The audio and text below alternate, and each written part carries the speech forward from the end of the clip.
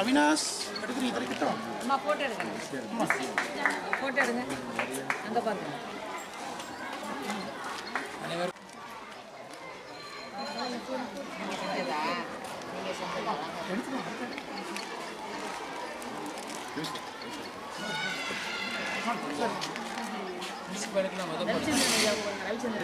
Ravichandran sir போடுங்க, இவர் போடுங்க.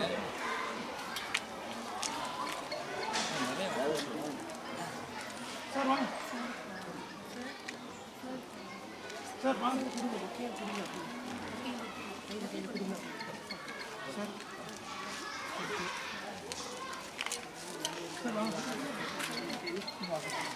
திருவள்ளுவர் நமக்கு என்ன சொல்லியிருக்கிறார் அம்மா? மிக அருமையாக ஒரு சொற்பொழிவை நிகழ்த்தினாங்க. ஒரு மாணவி மிக அருமையாக சொன்னார்கள். அதாவது திருவள்ளுவர் இன்றைக்கு உலக மக்களுக்கே ஒரு நெறியாளராக வழிகாட்டியாக விளங்குகின்றார்.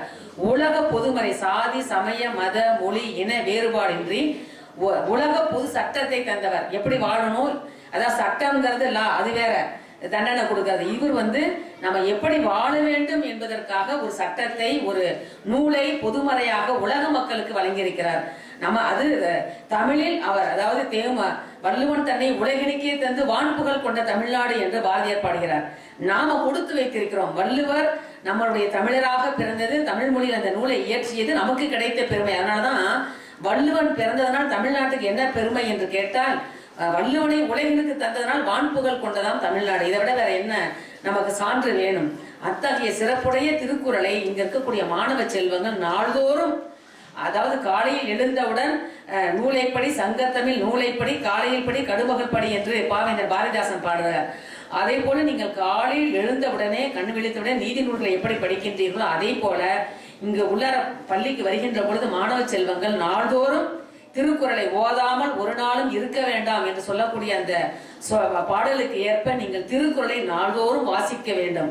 வாசித்தால் மட்டும் போதாது, அதன்படி நடக்க வேண்டும். அதனாலதான் வள்ளுவர் என்ன சொல்றாரு கேட்டீங்கன்னா, கற்க கசடர கற்க, கற்கத கசடர கற்பவை கற்றபின் நிற்க அதற்கு கற்றுவிட்டு மார்க் வாங்கிட்டு சர்டிபிகேட் வாங்கிட்டு போறது இல்லை, அதன்படி வாழ வேண்டும். இப்ப நம்மளுடைய சுந்தரேசன் ஐயா அவர்கள் தன்னுடைய குழந்தைகளை உருவாக்கி அவரும் மிக சிறப்பாக பணிகளை செய்து இப்பொழுது மக்களுக்காக, மாணவர்களுக்காக இங்க மலையக மக்கள், அதுவும் மலையக மக்களுடைய, மலையகம் என்பது அவருக்கு எப்படி சைவம் தமிழ் 2 கண்கள் சொன்னார்.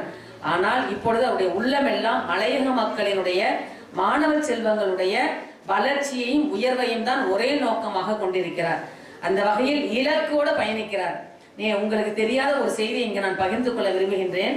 நேற்று சிவபூமியில் ஒருவர் சாந்தி அப்படிங்கிறவங்க சமைச்சு கொடுத்தாங்க. அவர்களுடைய குழந்தை மிக சிறப்பாக நீதி நூலை ஒப்பிச்சாங்க. கேட்டாங்க ஐயா, அவருடைய அம்மா குவைத்துல இருக்காங்களாம். ஐயா உடனே சொன்ன வார்த்தை என்ன தெரியுங்களா? அதான் எனக்கு ரொம்ப மனசு நெகிழ்ச்சியாக இருந்தது. இந்த குழந்தையுடைய 2வது 3வது படிக்கிறேன்னு நினைக்கிறேன், அந்த குழந்தையுடைய கல்வி செலவை நாம ஏற்றுக்குவோமான்னு சொல்லிட்டு அவங்க பாட்டின்னு நினைக்கிறவங்க இருக்கிறாங்க. அங்க அம்மா வெளிநாட்டுல இருக்காங்க. அந்த செலவை நம்ம ஏற்றுக்கொண்டு நான் படிக்க வைப்போம் சொல்லிவிட்டு சொன்ன செய்தியை நான் இங்கு பகிர்கின்றேன். 2 லட்சத்தை நான் வங்கியில் போட்டுறலாமா, நான் இருந்தால் இல்லாவிட்டாலும் நீங்கள் அதை பார்த்துக் கொள்ள வேண்டும் என்று சொன்னார்கள். நான் அப்படியே உள்ள நெகிழ்ந்து விட்டேன். நினைச்சு பாருங்க, அதாவது வந்த இடத்தில் கூட அந்த குழந்தையினுடைய கல்விக்காக ஐயா செய்த அந்த செயல் எங்கள் உள்ளத்தை நேரு செய்தது.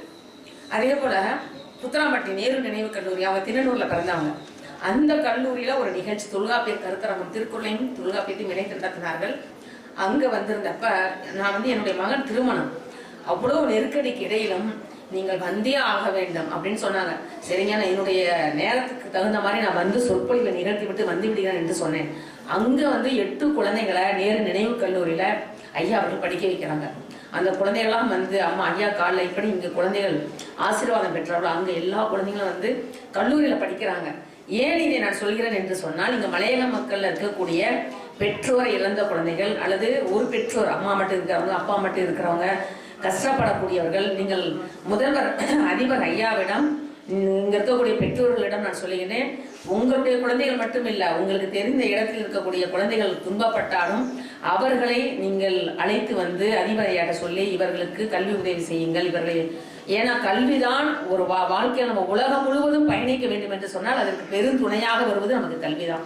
இங்க இருக்கக்கூடிய மாணவ செல்வங்கள், பெண் குழந்தைகளுக்கு குறிப்பாக நான் சொல்ல விரும்புவது என்னவென்றால், பெற்றோர்களுக்கும் உங்களுடைய பெண் 2 பேரும் தான் படிக்க வைக்கணும். ஆனால் இன்றைய காலச்சூழலில் பெண்கள் தன்னுடைய காலில் இருக்க வேண்டும்.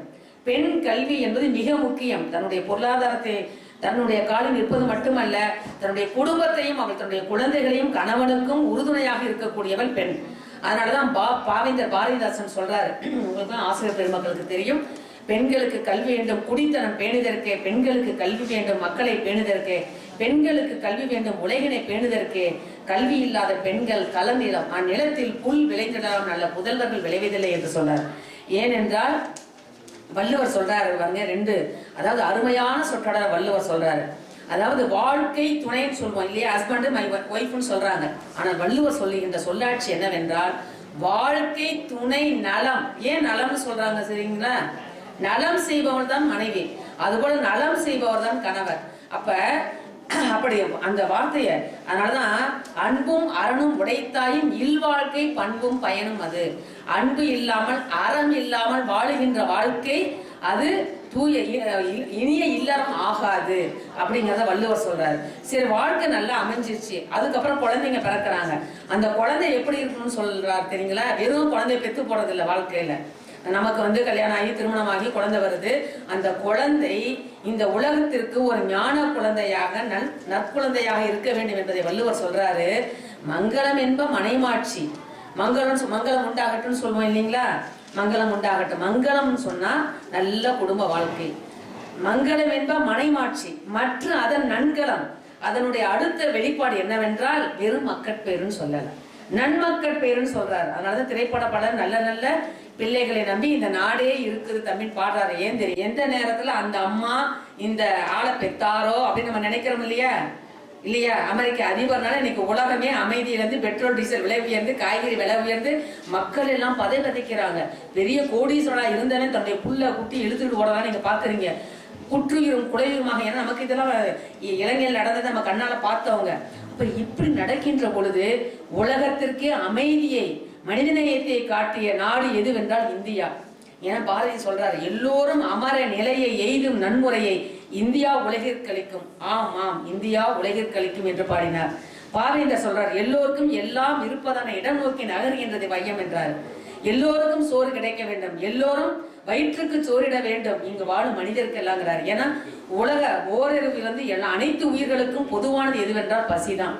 வேற ஏதாவது இருக்குதுன்னு கேளுங்க. பொதுவா எல்லாருக்கும் அந்த நேரம் ஆனா என்ன செய்யுது? வண்டிக்கு பெட்ரோல் டீசல் போட்டாதான் வண்டி ஓடும்.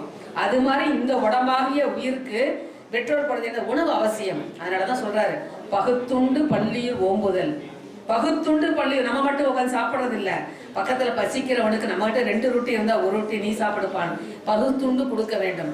பகுத்துண்டு பள்ளியில் ஓம்புதல். பள்ளியனா என்னது? மரம் செடி கொடிகள், நாய் ஆடு மாடு கோழி எல்லாவற்றையும் நாம் நேசிக்க வேண்டும். பள்ளியில் ஓம்புதல் தான் நூலோர் தொகுத்தவற்றுள் எல்லாம் தலைங்கிறார். அடுத்து நமக்கு கல்வி, நல்ல கல்வி பெற வேண்டும், நல்ல கேள்விகள் கேட்க வேண்டும், அறிவுடையவர்களாக. அதனால அறிவுடைமைன்னு சொல்றாரு. அறிவு பற்றி சொல்லுகின்ற போது அடுத்து உண்மையாக இருக்கணும், வாய்மையாக வாழணும். நம்ம வாழ்கின்ற வாழ்க்கை பொய்யுடைய ஒரு வாழ்க்கையாக வாழக்கூடாது. அதனாலதான் சொல்றாரு, நம்ம வள்ளுவர் சொல்லுகின்ற பொழுது அறிவு அற்றம் காக்கும் கருவிங்கிறார். எப்பொருள் யார் வாய் காண்பினும் அப்பொருள் மெய்ப்பொருள் காண்பது அறிவுங்கிறாரு. எப்பொருள் எத்தன்மை தாயினும் அப்பொருள் மெய்ப்பொருள் காண்பது. நீங்க இந்த இடத்துல மெய்ப்பொருள் என்ன சொல்றாருன்றத நீங்க சிந்திக்க வேண்டும். மெய்ப்பொருள் என்று சொன்னால் உண்மை பொருள். மகாத்மா சொல்லியிருக்காரு இல்லையா, கண்ணால் காண்பதும் பொய், காதால் கேட்பதும் பொய். அப்ப கண்ணை முடிக்கிறார், வாயை பத்தியா காதை பத்தியார். அப்ப என்னது? ஒரு நிகழ்ச்சியை பார்த்துட்டு ஐயா படிச்சா இதெல்லாம் பொய்யுமா, இதெல்லாம் தவறா சித்தரிக்கிறாங்க ஏஐ தொழில்நுட்பத்தினர். நம்மளை இந்த உலகம் பயமுறுத்தி கொண்டிருக்கிறது. தொலைக்காட்சிகளும் பத்திரிகை ஊடகங்களும் இன்றைக்கு அதாவது நடுநிலையோட இருக்கணும். அந்த நடுநிலைமை இல்லாமல் இன்றைக்கு ஊடகங்கள் நமக்கு தவறான செய்திகளை நம்ம யாரும் நம்புறதே தெரியல. யார் நல்லவங்க யார் கெட்டவங்கன்னு தெரியல. அதனாலதான் சொல்றாரு வள்ளுவர் சொல்லுகின்ற பொழுது, எல்லா விளக்கும் விளக்கல்ல, சான்றோருக்கு பொய்யா விளக்கே விளக்குங்கிறார். சான்றோர் ஆன்று அவிந்து அடங்கிய கொள்கை சான்றோர் எப்படி இருப்பாங்க என்று சொன்னால், மனத்துக்கண் மாசு இளநாதல். மனத்துல மாசு இல்லாமல் இருக்க வேண்டும். அதனாலதான் திருமூலர் சொல்றாரு, என்ன சொல்றாரு, மறைமொழிதானே மந்திரம் என்பை என்று திருவள்ளுவர் சொல்றாரு. இவர் என்ன சொல்றாருன்னா, அதாவது நம்ம வந்து மனம் தூயவராக இருந்தால் தக்கார் தகவலார் என்பது அவரவர் எச்சத்தால் காணப்படுங்கிறார். நாம் பெற்றோர்கள் நல்லவர்களாக இருந்தால் நமக்கு நல்ல குழந்தைகள் பிறப்பார்கள். தன்னுடைய தந்தைக்கு என்ன கடன் சொல்றார், தாய்க்கு என்ன கடன் சொல்றார், மகனுக்கு என்ன கடன் சொல்றார். ஐயா சொன்னாங்க பாத்தீங்களா, மகன் தந்தை காற்றும் உதவி இவன் தந்தை என்னோற்றான் கொல்லியன்னு சொல். இந்த குழந்தை எந்த நேரத்துல அந்த அம்மா மகராசி பெற்றெடுத்த குழந்தை, இந்த மேடையில பாடுனவங்க ஆடுனவங்க பேசினவங்க எல்லாம் மகராசிகள் பெற்றெடுத்த குழந்தைன்னு வாழ்த்துவோம் இல்லையா? அதே போல தந்தை மகர் காற்று நன்றி அவையத்து முந்தி இருப்ப செயல். இங்க இருக்கக்கூடிய பெற்றோர்கள் தன்னுடைய குழந்தைகளை மிக சிறப்பானவர்களாக கொண்டு வந்து அந்த அவையில நிற்க வைக்க வேண்டும் என்பது பெற்றோருடைய கடமை. அதே போல ஈன்ற பொழுதிலும் பெரிதுவக்கும் தன் மகனை சான்றோன் என கேட்ட தாய்ங்கிறார். ஏன் சொல்றாரு தெரியுங்களா சான்றோன்னு? இப்ப என் புள்ள நல்லவன் என் புள்ள நல்லவன்னு சொல்றது அது எனக்கு பெருமை இல்லை. அந்த ஆசிரியர் வந்து உங்களுடைய மகன் இப்படி படிக்கிறான், இப்படி பணி செய்யறான் அப்படின்னு கேட்கிறாங்க பாருங்க. அதுதான் பெற்றதை விட ஈன்றாங்காண்டின்னு பெரிது வந்தலை போர்க்களத்துல புறநானூர்ல சொல்றாங்க. மிக அருமையான பாடல். ஒரே மகன் தான். அவர் சொல்வார், அந்த ஒரு மகனையும் போருக்கு அனுப்பி வைத்து எண்ணெயை தடவி வெள்ளையாடை உடுத்தி கையில வேலை கொடுத்து அனுப்பி வைக்கிறார். ஒரு மகனது இல்லோடு செருமுகம் நோக்கி செல்கிற விடுமேன்னு அனுப்பி வைக்கிறார். அவன் போர்க்களத்தில் வீர மரணம் அடைந்தால் தான் அவளுக்கு மகிழ்ச்சி. அப்படி இல்லை என்றால் புறமுதுகிட்டான் என்று சொன்னால் அது தமிழருடைய வீரம் இல்லை என்பதை நம்முடைய புறநானூறு சொல்லுகின்றது.